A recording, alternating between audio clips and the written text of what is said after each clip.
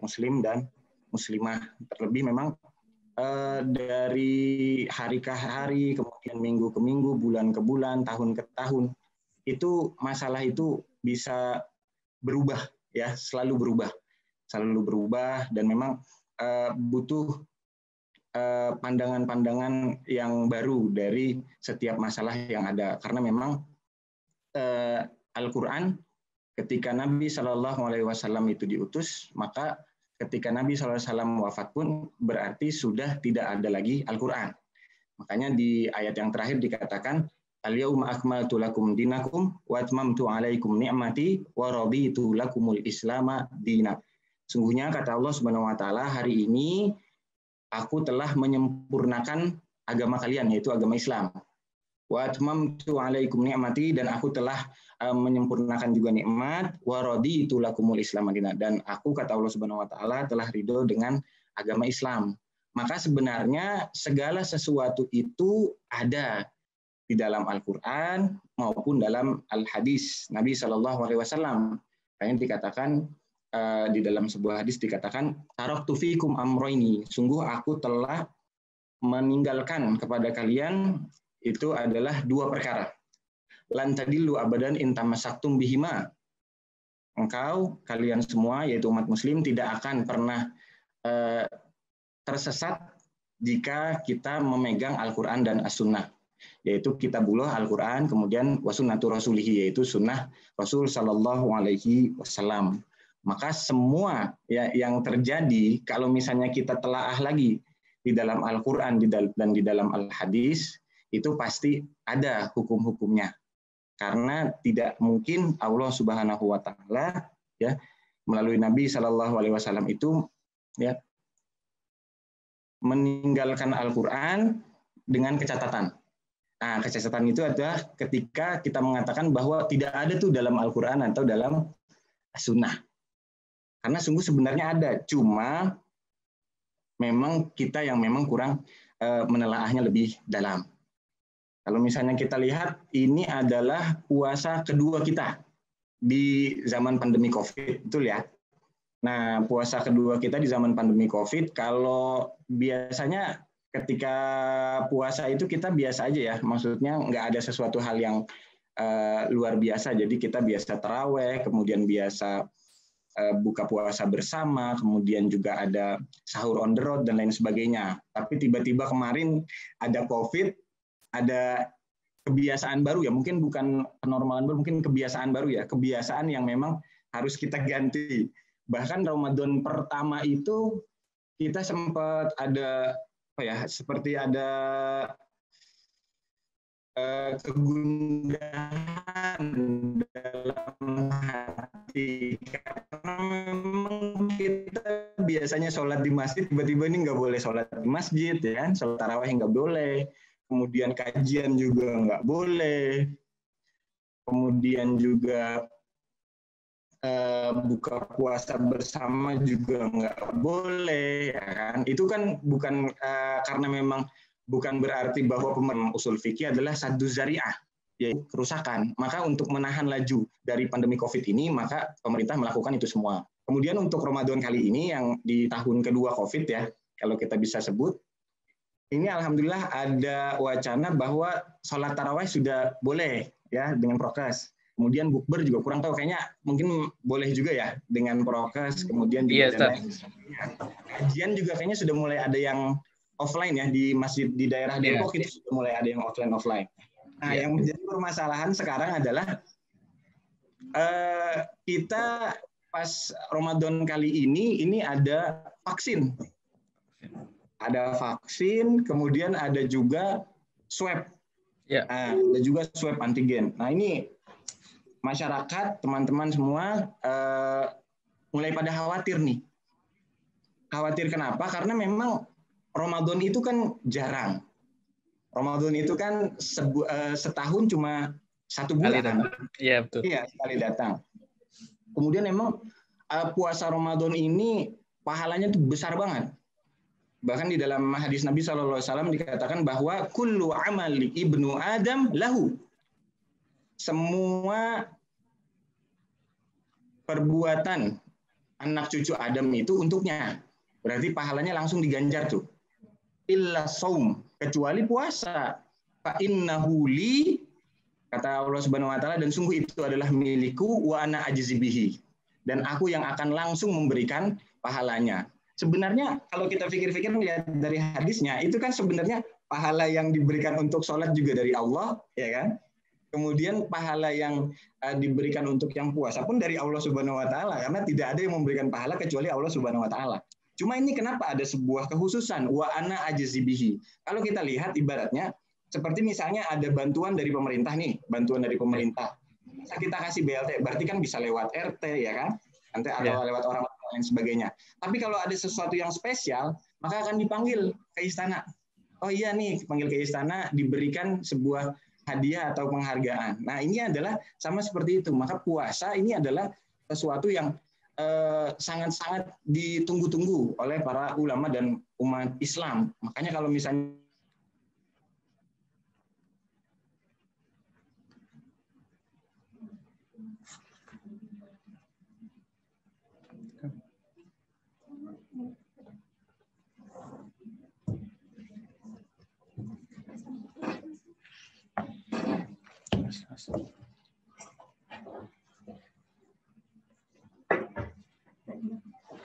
ini.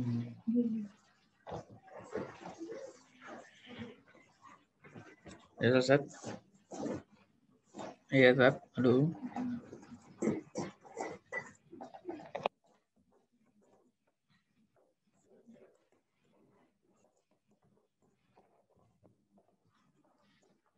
Halo, Ustaz.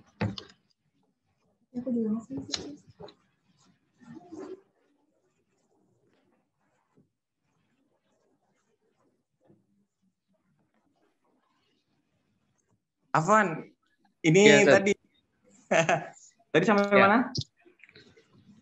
Puasa ya? Kalau puasa. Ya, puasa itu kan memang ini lewat laptop ternyata kayaknya sinyalnya nih kurang bagus. Mohon Ya, maaf. Ustaz. Nggak apa-apa, lanjut. Orang pada khawatir karena memang puasa ini kan pahalanya memang sangat-sangat besar. Kemudian selain pahalanya besar, ketika orang meninggalkan puasa,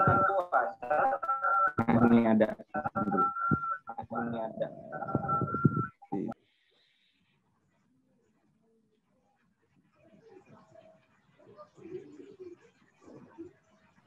Ya, ada ya, alhamdulillah.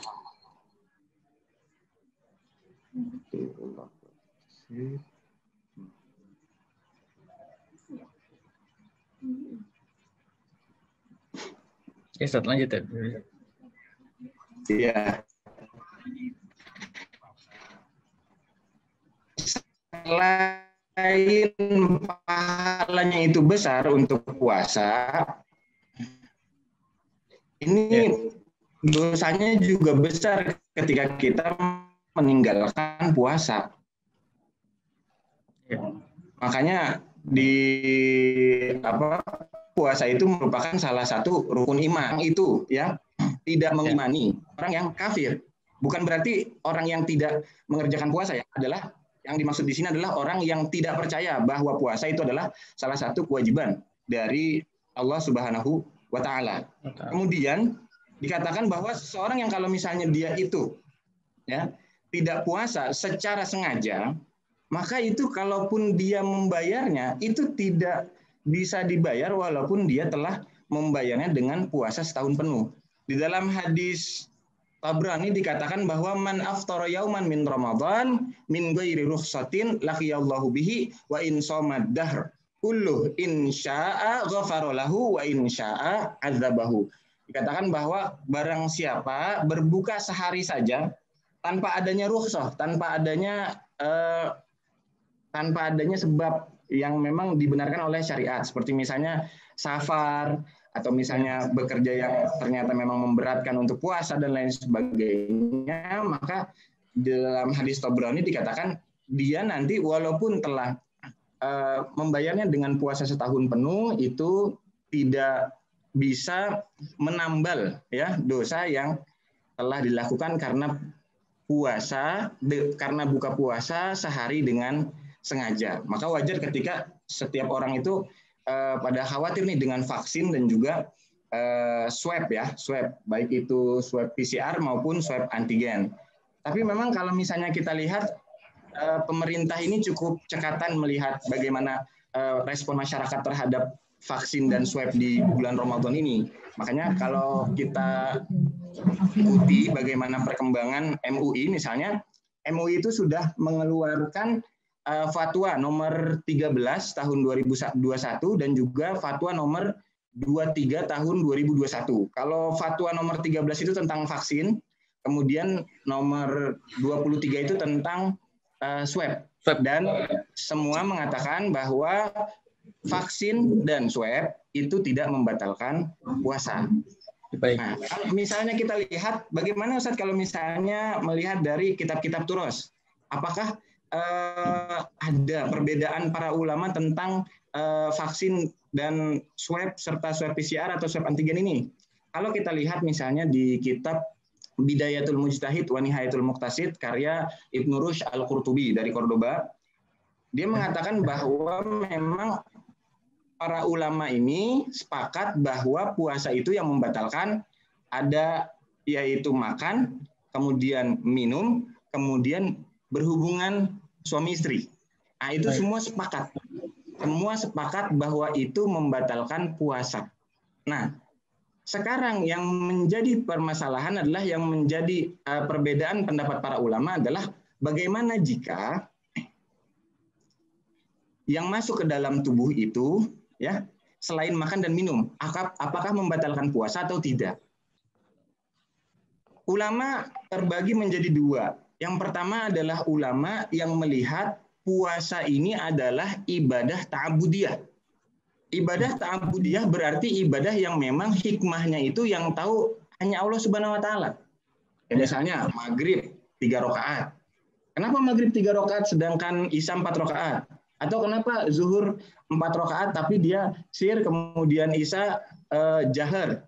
Itu semua. Atau misalnya bagaimana kenapa kita ketika dijilat anjing itu kita 7 kali dengan air kemudian ihdahuna biturab, salah satunya dengan pasir. Ini bagaimana? Nah, ini adalah ta'abudi. Karena kita ya udah ini adalah dari Allah Subhanahu wa taala.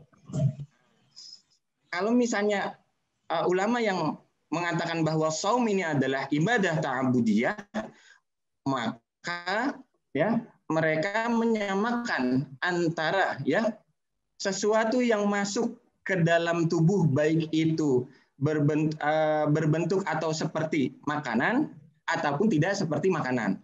Ini adalah pendapat Imam Malik. Maka di pendapat Imam Malik ini sesuatu apapun yang masuk ke dalam tubuh, misalnya obat tetes mata, kemudian juga ada obat kuping, kemudian ada obat asma ya, yang dia itu kayak di inhaler ya, inhaler, kemudian juga berarti suntik dan lain sebagainya. Menurut pendapat Imam Malik membatalkan puasa. Ulama selain Imam Malik, kalau kita kan kenalnya adalah 4 imam mazhab, yaitu ada Imam Abu Hanifah, kemudian Imam Malik, kemudian Imam Asy-Syafi'i, kemudian yang terakhir adalah Imam Ahmad bin Hanbal. Nah, selain Imam Malik, yaitu Imam Syafi'i, Imam Malik, dan juga Imam Ahmad mengatakan bahwa puasa ini adalah ibadah ma'qulatul ma'na, yaitu ibadah yang hikmahnya, sebagian hikmahnya bisa ditangkap oleh pikiran manusia. Nah, maka jumhur ulama merasa bahwa puasa ini yang membatalkan adalah segala sesuatu yang masuk ke dalam tubuh yang memang berupa makanan. Maka jumhur ulama membedakan antara sesuatu yang masuk ke dalam tubuh ini adalah apakah posisinya sama seperti makanan atau tidak seperti makanan. Jika sama seperti makanan, maka itu membatalkan puasa. Namun jika tidak sama seperti makanan, maka itu tidak membatalkan puasa. Makanya jumhur ulama melihat bahwa seperti obat tetes, kemudian tetes mata, kemudian obat tetes kuping, kemudian obat asma dan lain dan obat asma itu maka tidak membatalkan puasa. Namun kalau untuk suntikan memang ada beberapa. Kan berarti kalau suntikan itu ada 3 jenis ya. Ada suntikan yang memang untuk vitamin, kemudian ada suntikan untuk vitamin dan vaksin, yaitu untuk menguatkan tubuh. Kemudian ada juga suntikan untuk makanan kayak misalnya infus, ya. Kemudian ada yang memang suntik untuk ngambil darah, untuk donor darah seperti itu. Nah, kalau untuk suntikan yang untuk menguatkan tubuh, seperti misalnya memberikan vitamin atau vaksin, ya, baik itu dia kalau di bahasa kita fikihnya adalah ada baik itu al-warid, yaitu pembuluh darah, atau al-adol, baik itu di otot, atau fil jilid, atau di kulit, maka itu selama itu adalah vaksin yang memang untuk suntikan untuk menguatkan, maka itu tidak membatalkan puasa. Sedangkan untuk suntikan yang itu adalah berfungsi seperti makanan, seperti infus, maka itu membatalkan puasa. Kemudian suntikan yang ketiga adalah suntikan donor. Nah, kalau suntikan donor ini bisa kita katakan bahwa hampir sama seperti bekam, ya. Jadi dia menusuk, tapi ini nanti mungkin sama Pak Dokter mungkin nanti akan ini ya, kalau misalnya saya salah, bahwa hampir mirip-mirip antara bekam dan juga donor darah. Jadi dia nusuk jarum kemudian mengambil darah seperti itu ya. Nah, ini memang para ulama berbeda pendapat tentang suntikan ini, karena memang bekam ini ada setidaknya 3 hadis yang saya temukan, dan ini 3 hadis ini seakan-akan kontradiktif. Misalnya adalah hadisnya yang pertama adalah riwayat Abu Daud. Dikatakan bahwa aftarul hajimu wal mahjum, yaitu ya beliau Nabi SAW bersabda bahwa orang yang melakukan bekam dan yang dibekam maka puasanya batal. Kemudian ada hadis lagi di Ibnu Abbas radhiyallahu an dikatakan bahwa anna Nabi sallallahu alaihi wasallam ihtajama wa huwa muhrim wa ihtajama wa huwa shaim. Sungguhnya Nabi SAW pernah berbekam dan waktu itu beliau sedang ihram. Kemudian juga Nabi SAW pernah berbekam dan beliau sedang puasa, tapi tetap melanjutkan puasanya. Kemudian di hadis Anas bin Malik dikatakan bahwa Anas pernah ditanya, bagaimana hukum tentang berbekam. Anas bin Malik ini adalah anak yang memang tinggal bersama Nabi Shallallahu Alaihi Wasallam, salah satu khadim Nabi Shallallahu Alaihi Wasallam. Dikatakan bahwa Anas mengatakan, akuntum takrahuna al-hijamah lis-shaim? Apakah kalian itu membenci ya bekam ketika lagi puasa? Kemudian kata Anas bin Malik dikatakan illa min ajdaf. Dikatakan bahwa kalau misalnya ya bekam itu membuat lemas, maka sudah berarti jangan dibekam. Maka ini kalau yang kita lihat hadis pertama, maka bekam itu Muhammad mengatakan bahwa kalau misalnya membekam ini adalah makruh. Jadi dia itu makruh kalau misalnya dikerjakan ya tidak mendapat dosa, kalau ditinggalkan maka tidak apa-apa. Kemudian tapi jumhur ulama mengatakan bahwa bekam ya itu tidak mengapa ketika puasa dan tidak membatalkan wudu, tidak membatalkan puasa. Kenapa? Karena memang tiga-tiganya memang hadisnya semua sahih. Tapi ya, menurut Syekh Al-Utsaimin dikatakan bahwa hadis yang diriwayatkan oleh Abu Daud itu dimansuh, telah dihapus, telah diamandemen oleh hadis berikutnya, sehingga dikatakan bahwa jumhur ulama mengatakan bahwa hijamah atau bekam itu tidak membatalkan puasa. Sehingga kalau misalnya donor, maka kalau kita melihat jumhur, maka tidak membatalkan puasa selama memang tidak membuat seseorang itu menjadi lemas seperti itu. Makanya kalau misalnya kita simpulkan bahwa vaksin itu memang tidak membatalkan puasa, tapi di dalam MUI pun dikatakan bahwa kalau bisa memang di vaksinnya itu malam hari, karena takut-takut ada sesuatu yang terjadi ketika divaksin lagi puasa. Karena waktu itu saya sempat, alhamdulillah saya sudah divaksin, waktu saya divaksin itu saya disuruh untuk kalau misalnya ngerasa agak pusing itu suruh minum teh manis katanya. Nah ini kurang tahu kira-kira hubungan teh manis dengan pusing itu kira-kira gimana, mungkin nanti ada Pak Dokter seperti itu. Dan yang terakhir adalah swab. Swab ya, swab. Kalau swab ini, kalau yang saya lihat bahwa ini hukumnya bisa masuk ke dalam al-qai atau muntah. Atau muntah. Karena kan swab itu berarti kan ada swab antigen sama swab PCR. Kalau swab antigen itu berarti ke orofaring ya, kalau nggak salah. Orofaring nggak? Kemudian kalau misalnya swab PCR itu ke, atau saya lupa nih, swab antigen nasofaring ya, hidung pokoknya ya, hidung lah ya, hidung kalau atau mulut. PCR itu adalah mulut. Nah, kalau misalnya itu adalah ya, yang menjadi permasalahan bukan ketika memasukkannya, tapi efek setelah memasukkannya. Karena ada kemungkinan kalau kami lihat dalam hadis-hadis itu memang kemungkinannya adalah akan muntah.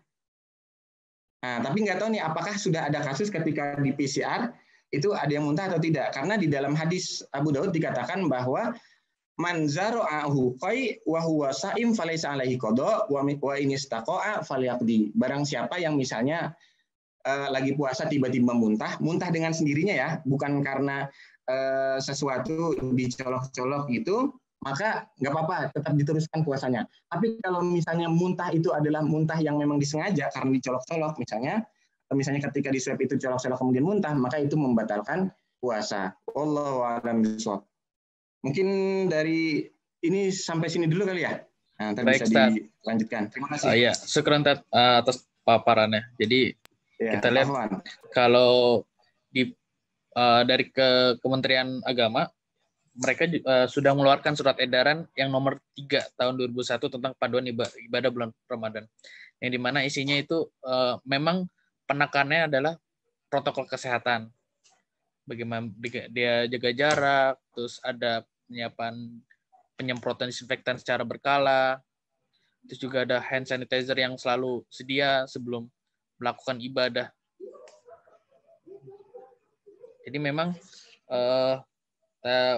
untuk vaksin sendiri memang juga udah ada fatwa MUI-nya kalau itu tidak membatalkan puasa.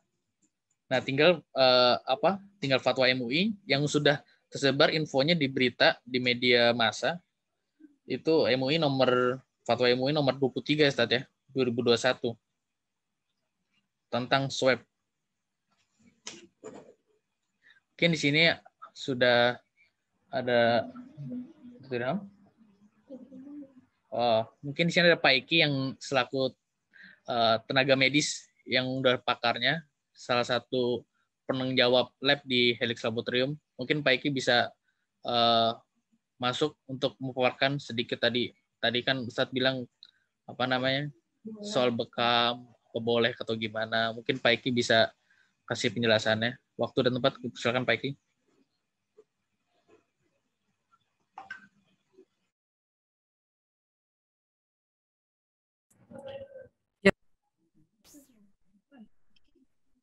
Assalamualaikum warahmatullahi wabarakatuh. Suara saya jelas ya? Jelas Pak, jelas. Pertama kali terima kasih Ustadz ya atas penjelasannya yang sangat jelas sekali ya tentang bagaimana hukum vaksin atau swab ya atau bekam yang dilakukan selama bulan Ramadan gitu ya. Tadi udah dipaparkan oleh Ustadz ya bahwa intinya vaksin ya itu pada intinya tidak membatalkan ibadah puasa ya. Tadi sudah diterangkan juga hadis-hadisnya.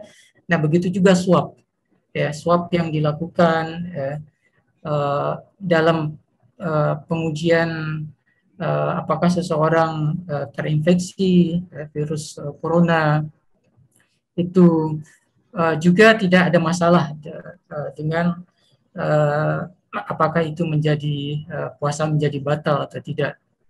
Nah, tadi juga termasuk bekam ya. Bekam juga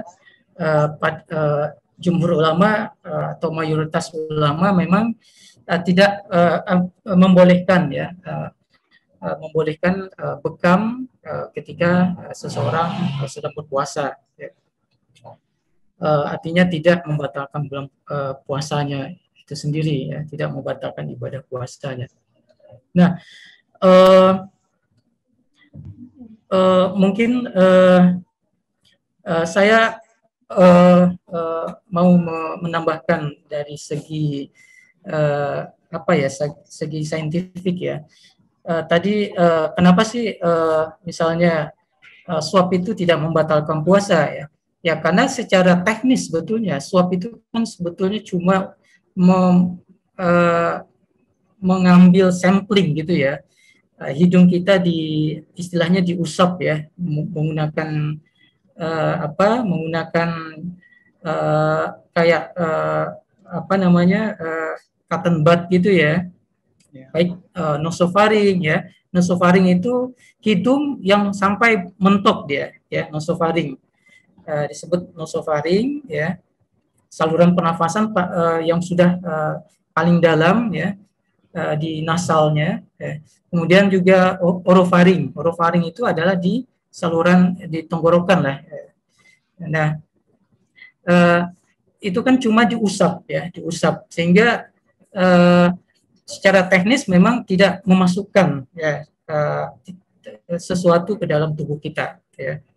Secara teknis memang tidak memasukkan sesuatu ke dalam tubuh kita. Nah, coba nanti seperti yang Pak Ustadz bilang tadi, kalau misalnya ada efek samping, kita jadi muntah misalnya. Nah, tapi sejauh ini Pak Ustadz, itu yang semua yang disuap itu saya belum pernah mendengar sampai muntah Pak Ustadz. Ya, nah, jadi memang prosedur untuk melakukan swab itu tidak sampai menimbulkan efek samping yang serius gitu ya, seperti muntah misalnya.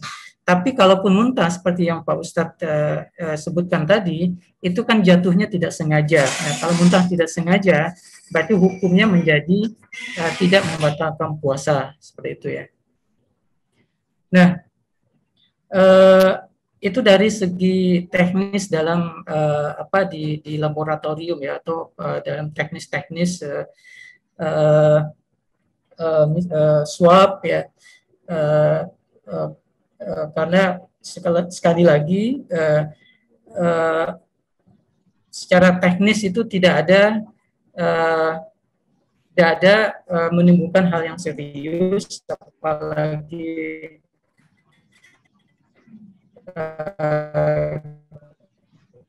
itu tidak masuk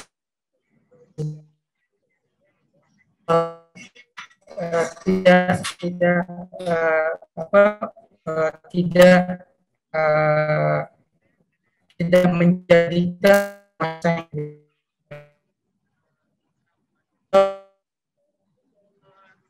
yang ya.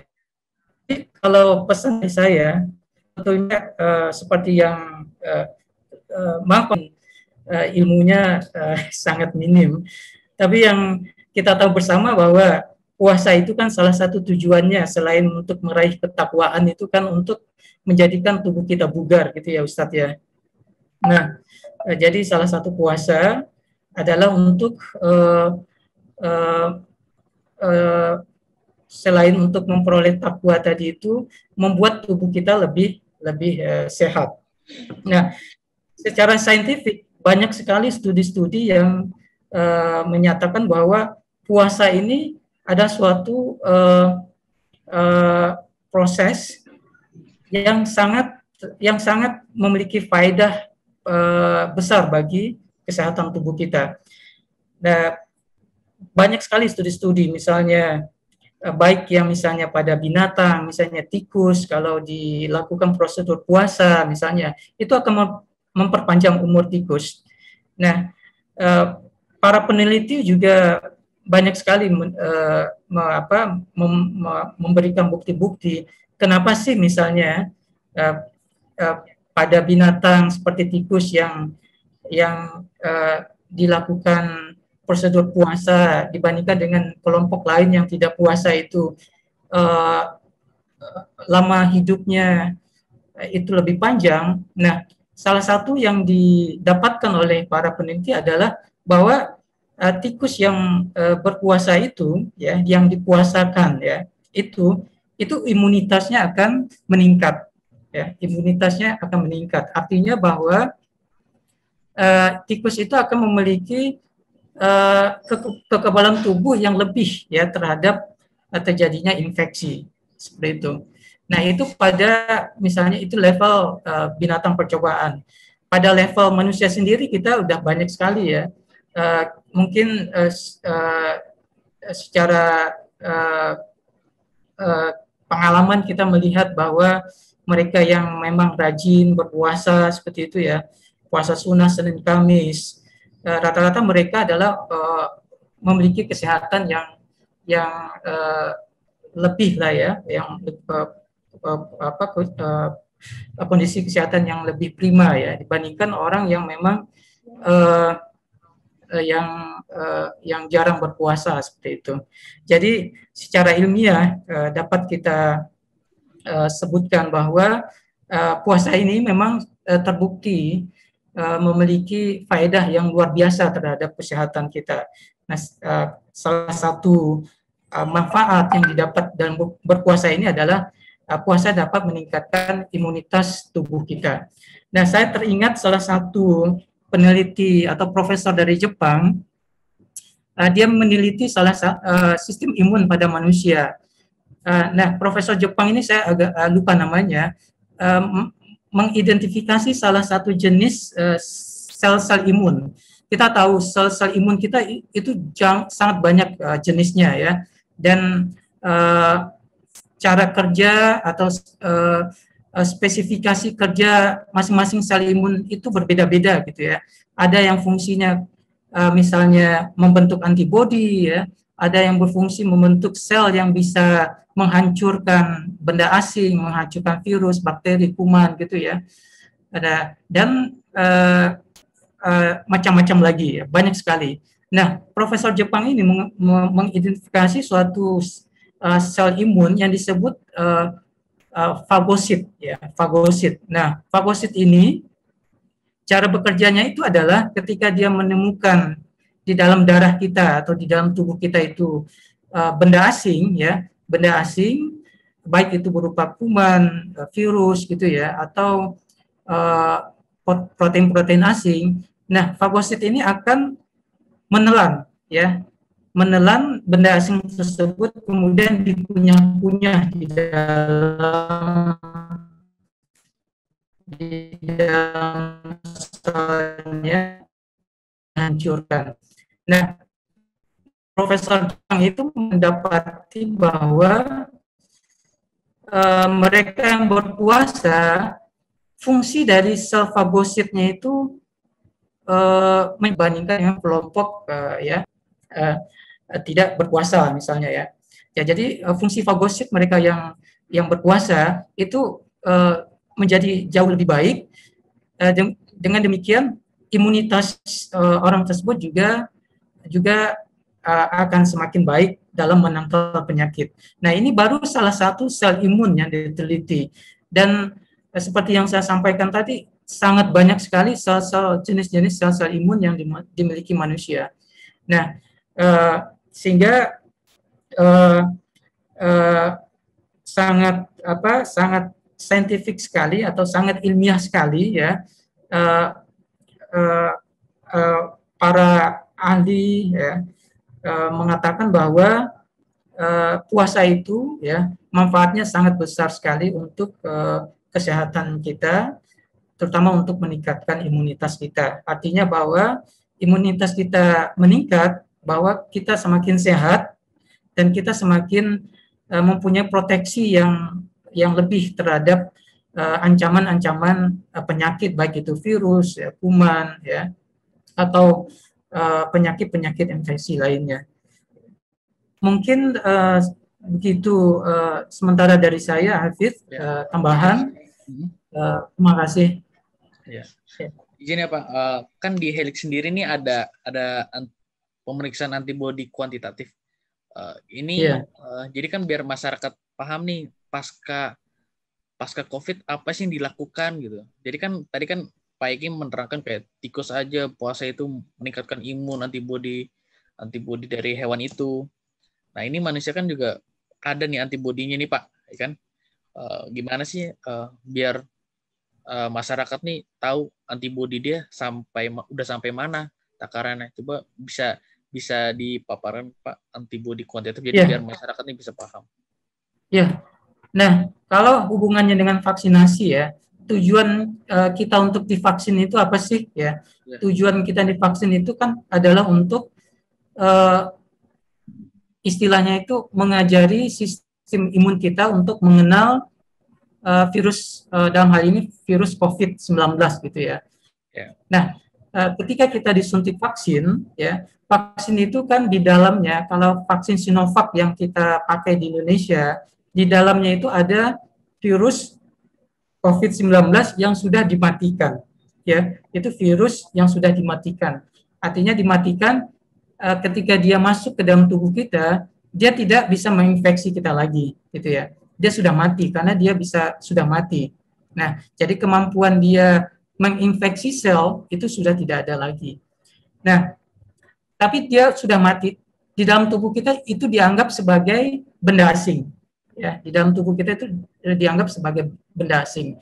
Nah, ketika sel imun kita bertemu dengan virus yang sudah dimatikan tersebut, maka terjadilah yang disebut dengan respon imun, gitu ya, tanggap kebal istilahnya. Nah, salah satu hasil dari tanggap kebal itu adalah terbentuknya antibodi, ya, terbentuknya antibodi. Walaupun antibodi sebetulnya bukan satu-satunya yang dihasilkan ketika kita divaksin. Ada respon-respon lainnya selain antibodi. Nah, tapi yang untuk vaksin Sinovac ya, memang antibodi ini sangat diandalkan ya, karena mungkin ini secara teknis sekali ya, karena bentuknya adalah vaksin yang dimatikan ya, jadi membentuk antibodi ya adalah tujuan utama dari vaksin COVID-19 terutama yang jenis Sinovac ini. Nah, artinya apa sih kalau udah ada antibodi ya? Artinya adalah ketika kita sudah memiliki antibodi ya, nah kita artinya sudah memiliki pertahanan ya spesifik terhadap virus COVID-19 ketika kita terpapar kembali ya. Jadi ketika kita terpapar virus kembali dan kita sudah antibodi tersebut akan menghalangi terjadinya infeksi, ataupun ya kalaupun kita masih terinfeksi ya, kalaupun kita masih terinfeksi, gejalanya menjadi sangat ringan ya.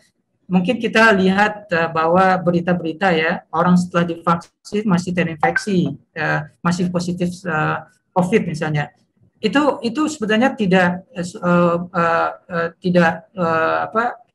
berita luar biasa sebetulnya, karena tujuan vaksin COVID-19 ini sebetulnya adalah mengurangi gejala ya. Ketika kita terinfeksi kembali, yang harusnya mungkin kita potensi kalau tidak divaksin itu menjadi gejala berat ya, bahkan fatal gitu ya, tapi ketika kita divaksin ya, gejalanya menjadi sangat ringan ya, seperti itu. Nah, tes antibodi itu prosedurnya gimana sih gitu. Nah kalau tes antibodi yang saya maksud ini adalah tes antibodi yang menggunakan tes darah ya. Jadi darah diambil dari pergelangan tangan ya, sebanyak 2 atau 3 cc gitu ya. Kemudian kita pisahkan darah tersebut, ada komponennya sel darah, kemudian ada serum atau plasma namanya. Nah, antibodi itu ada di serum atau plasma tersebut. Nah, itulah yang kita uji atau cek berapa sih kadar antibodi yang sudah dimiliki seseorang baik yang setelah vaksinasi maupun seorang yang menjadi penyintas gitu ya, seorang yang menjadi penyintas. Nah, tujuannya apa sih untuk mengecek antibodi ini?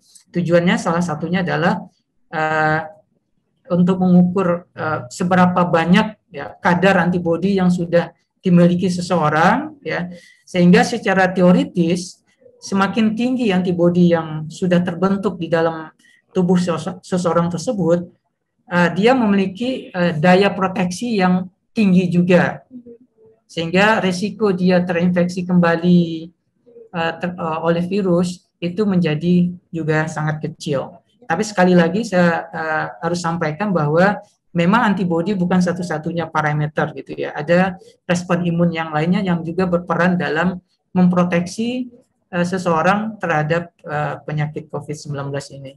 Begitu, Afif. Baik, Pak. Terima kasih. Mungkin di sini ada teman-teman sahabat Helix yang mau menanya kepada Ustadz Hamzah atau ke Pak Eki, bisa raise hand tangannya atau bisa kolom chat. Yang mau ada yang mau tanya?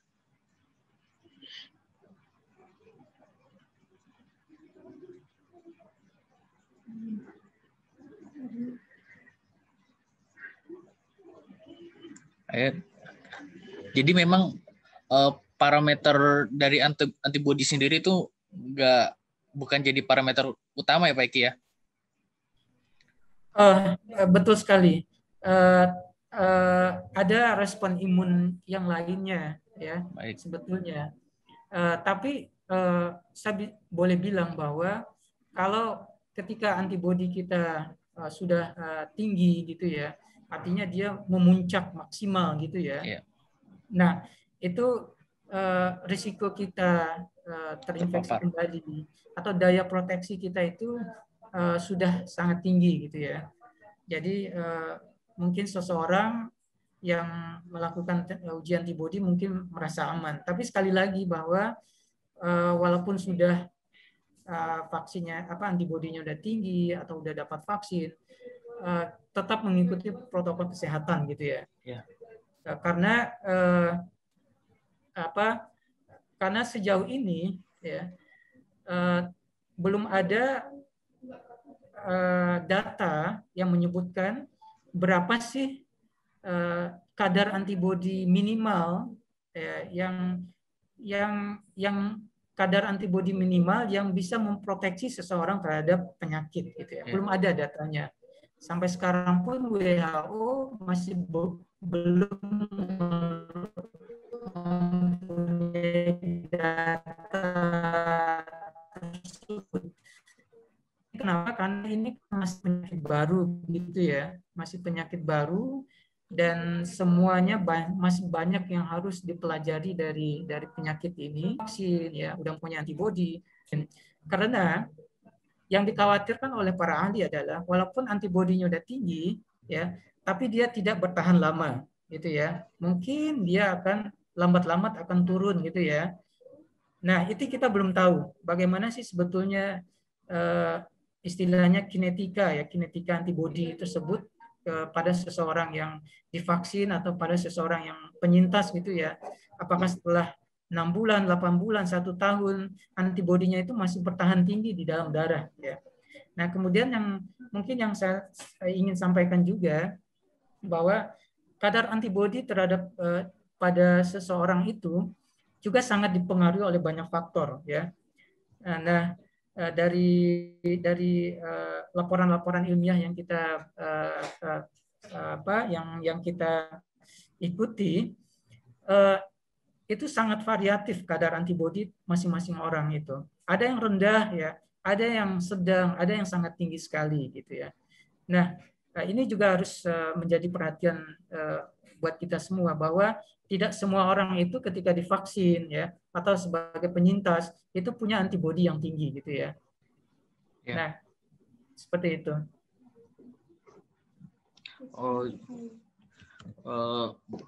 Berarti dalam bulan puasa nanti yang kita sambut untuk Pak Ustadz nih, berarti imun kita insya Allah akan bertambah ya Pak Ustadz ya? Kayaknya kalau dilihat dari judulnya seharusnya nih hidup sehat dengan Ramadan, bukan hidup sehat menyambut Ramadan. Seakan-akan berarti kalau hidup sehat menyambut Ramadan, jadi kayak ada sesuatu yang harus diinikan karena Ramadan ini seakan-akan medan pertempuran gitu. Justru karena puasa seperti yang tadi dikatakan bahwa puasa justru malah membuat kita sehat seperti itu. Kemudian selanjutnya justru saya malah menarik mau bertanya ke Pak Reki nih. Ini berarti seseorang itu nggak bisa tiba-tiba divaksin seperti itu, apa ya? Berarti kalau misalnya memang antibodinya nggak bagus, maka tidak bisa untuk divaksin atau seperti apa Pak maksudnya tadi? Iya, jadi begini Ustadz. Sebetulnya rekomendasi pemerintah itu adalah mereka yang divaksin itu yang menjadi prioritas ya, mereka yang terkonfirmasi tidak terkonfirmasi penyintas atau positif COVID dalam waktu 3 bulan ya. Jadi kalau dalam waktu 3 bulan terakhir dia pernah terkonfirmasi gitu ya, itu sebetulnya tidak diprioritaskan untuk divaksin. Kenapa? Karena diasumsikan bahwa orang tersebut masih memiliki antibodi terhadap virusnya. Nah, sehingga alangkah baiknya jatah vaksin itu diberikan kepada mereka yang memang belum terinfeksi secara alamiah gitu ya. Jadi ini skala prioritas sebetulnya. Nah, tapi mereka yang sudah terinfeksi 3 bulan lewat gitu ya, itu dianjurkan untuk melakukan vaksinasi karena diasumsikan bahwa antibodinya itu sudah mulai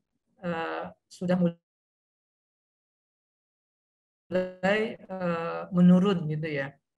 Nah, nakes-nakes yang semuanya yang di rumah sakit atau di klinik, kalau yang saya dapat informasi itu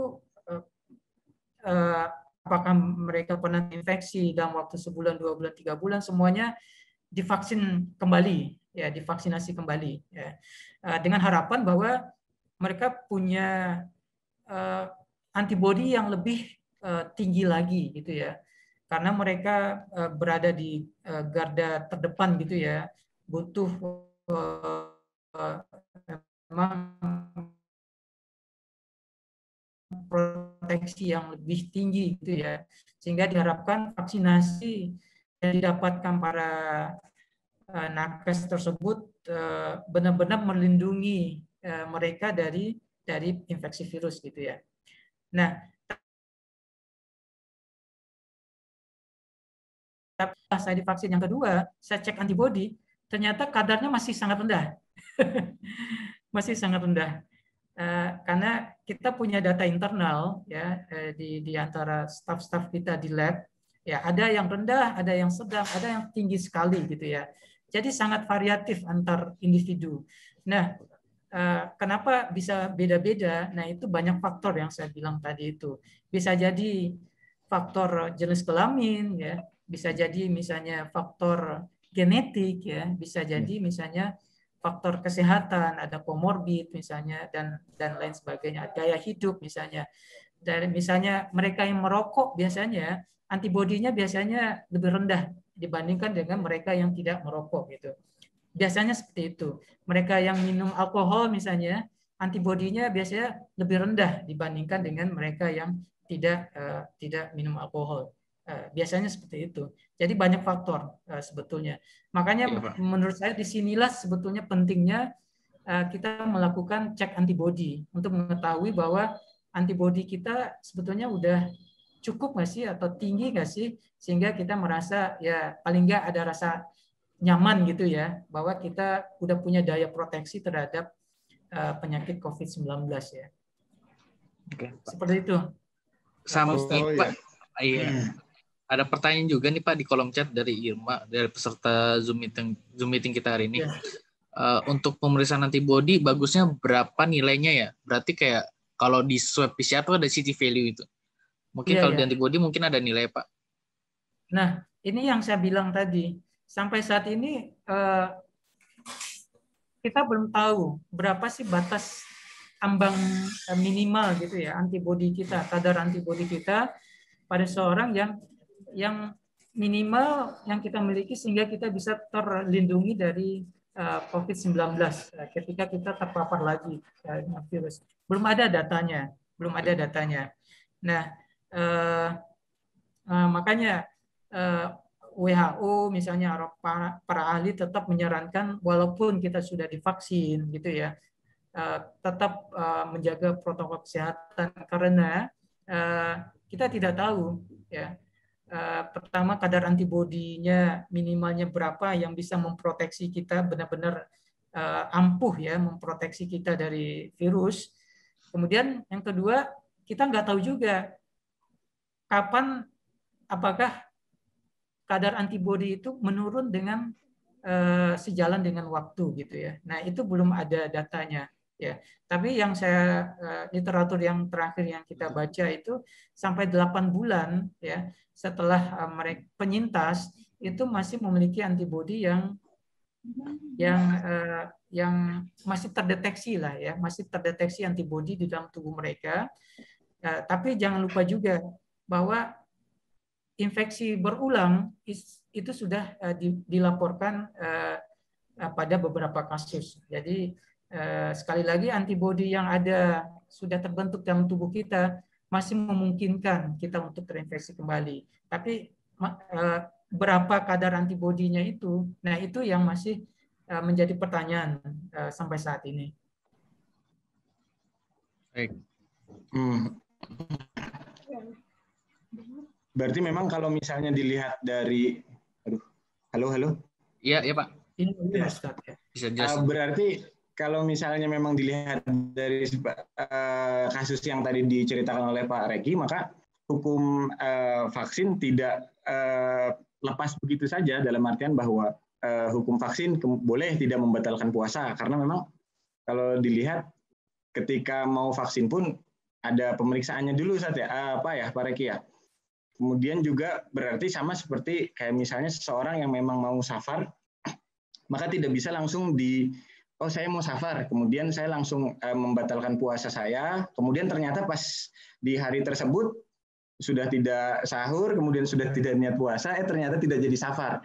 Maka safar dulu, habis itu baru berbuka seperti itu. Sama seperti ketika vaksin maka tidak bisa langsung tiba-tiba saya puasa, berarti tetap harus puasa, kemudian nanti kalaupun ternyata hukumnya apakah itu membatalkan puasa atau tidak, maka itu kembali lagi kepada nakesnya melihat apakah kalau misalnya pasien ini kalau ternyata tetap puasa, ini apakah baik untuk dia atau ternyata tidak baik untuk dia. Kira-kira mana yang lebih baik? Karena memang ada di dalam usul fikih dikatakan la doror wala diror. Sungguh kita dilarang untuk saling memberikan mudorot. Maka hukum membatalkan atau tidak membatalkan ini kembali kepada para nakes melihat dari bagaimana pasiennya ini. Sama seperti ada pertanyaan dari Pak Bu Gema Safitri, untuk pasien corona apakah boleh berpuasa? Maka ini pasien coronanya harus berkonsultasi dengan dokter. Apakah puasa ini akan membuat imunitas ini menjadi tinggi dan tidak justru akan bisa mempercepat penyembuhan corona, atau justru malah sebaliknya. Jika sebaliknya, maka pasien corona ini tidak dilarang untuk berpuasa. Karena memang Nabi SAW kan mengatakan sumu tasihu. Jadi memang berpuasa itu adalah untuk sehat. Makanya ketika ada seorang sahabat Nabi SAW ingin berpuasa setahun penuh, Nabi SAW itu melarang karena memang itu disebut dengan puasa wisol. Nah itu karena memang akan bisa mempengaruhi terhadap kesehatan. Maka kembali lagi kepada nakesnya supaya memang yang tahu apakah ini ya berbahaya atau tidak itu kepada tenaga kesehatannya. Seperti itu. Begitu juga dengan pasien coronanya. Melihatnya seperti apa? Ketika puasa nih kira-kira gimana? Justru turun atau semakin meningkat? Wallahu a'lam.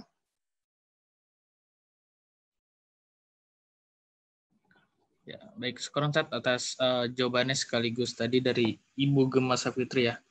Sangat luar biasa. Jadi memang semoga kita dalam menyambut bulan puasa ini kita diberi kesehatan untuk melaksanakan ibadah terutama selaku kaum muslim.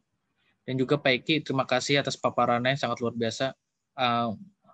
Kita beri waktu sebentar untuk para peserta yang jika masih ingin bertanya bisa dicantumkan di kolom chat atau buka layar videonya.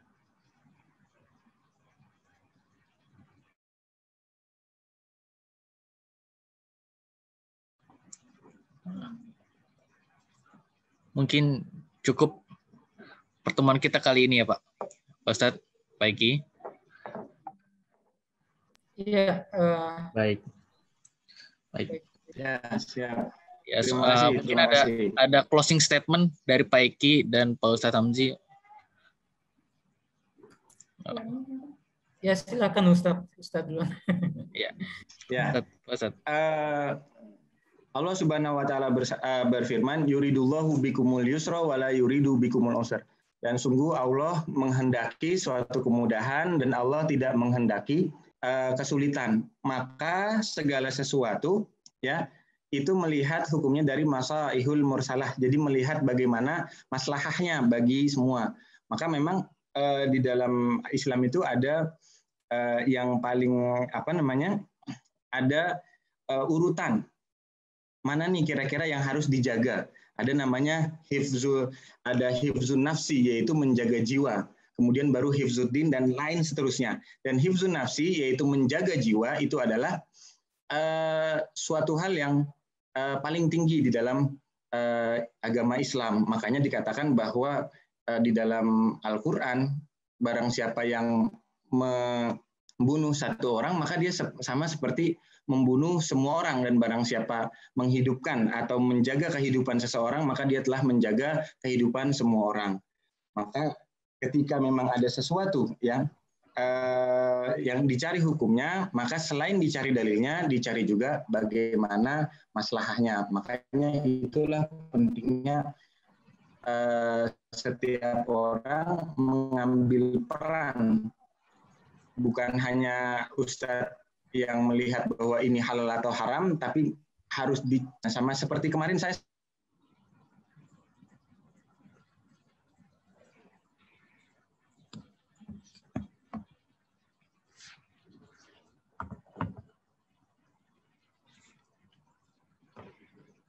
babi mungkin adalah dengan cara seperti itu, dengan cara dibuat untuk bisa dipakai untuk mencari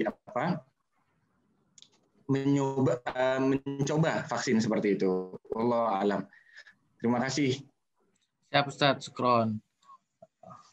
Sekaligus ke Pak Eki ini untuk closing statement, tapi sebelumnya pas banget pertanyaan ini mungkin buat Pak Eki nih. Ada yang bertanya Pak dari kolom chat ke Asli. Saya habis vaksin lalu saya habis vaksin. Lalu setelah cek antibodi nilainya rendah Pak Eki.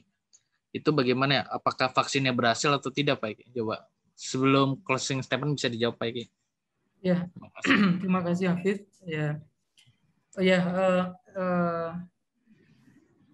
seperti yang saya jelaskan tadi ya, bahwa setiap respon tanggap kebal ya setiap individu terhadap vaksin ataupun infeksi paparan kuman virus itu memang berbeda-beda gitu ya, dan tergantung banyak faktor tadi yang saya sebutkan.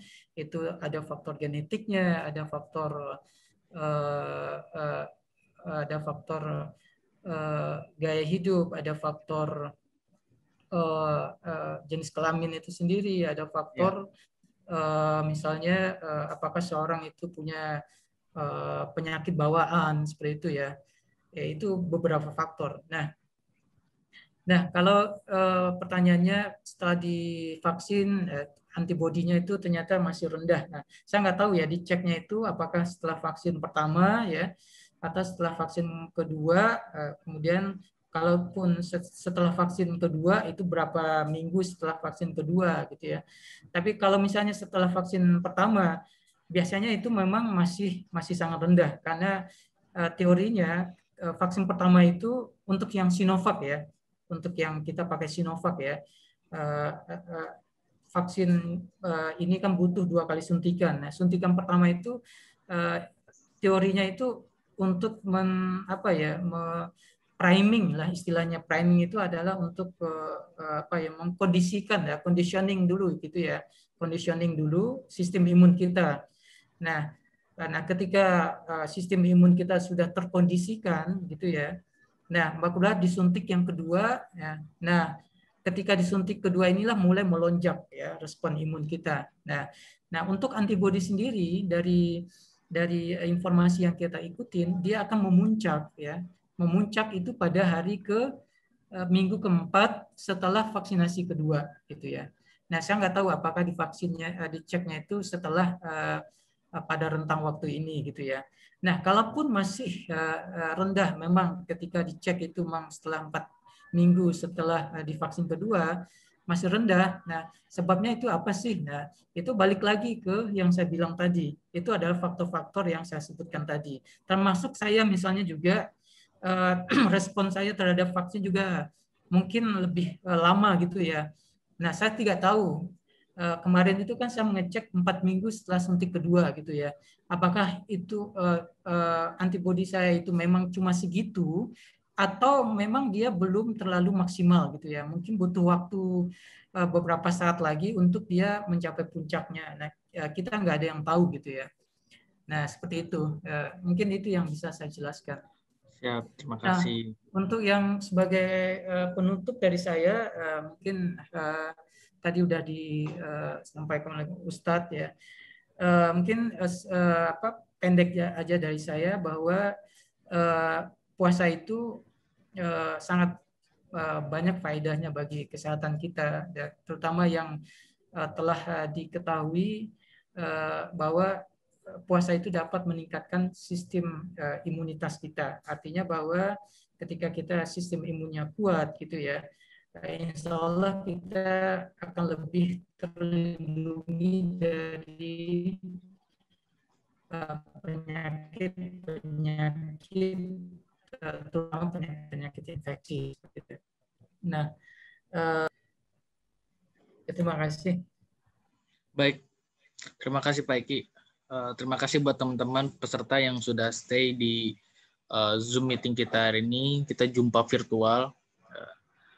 Kurang lebihnya saya mohon maaf jika ada kata-kata yang salah. Wa kafa billahi saida. Wassalamualaikum warahmatullahi wabarakatuh. Sebelumnya kita bisa foto bareng ya, Pak. Teman-teman bisa nyalain videonya. Wah. Bisa nyalain videonya, kita bisa foto bareng. Baik. Boleh dinyalain videonya.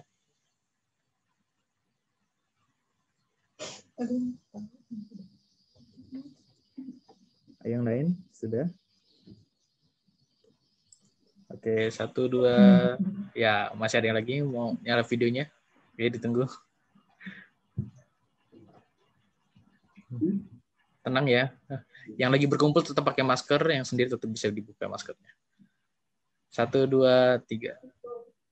Oke. Baik.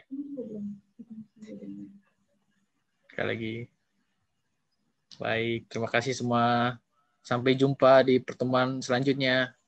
Sehat selalu. Terima kasih semua. Terima kasih. Terima kasih. Assalamualaikum. Terima kasih, Pak. Assalamualaikum. Terima kasih, Ustadz. Terima kasih. Sama-sama. Izin live ya. Assalamualaikum. Live ya. Izin live. Salam. Ya, Ustadz, kasih syukuran, Tat.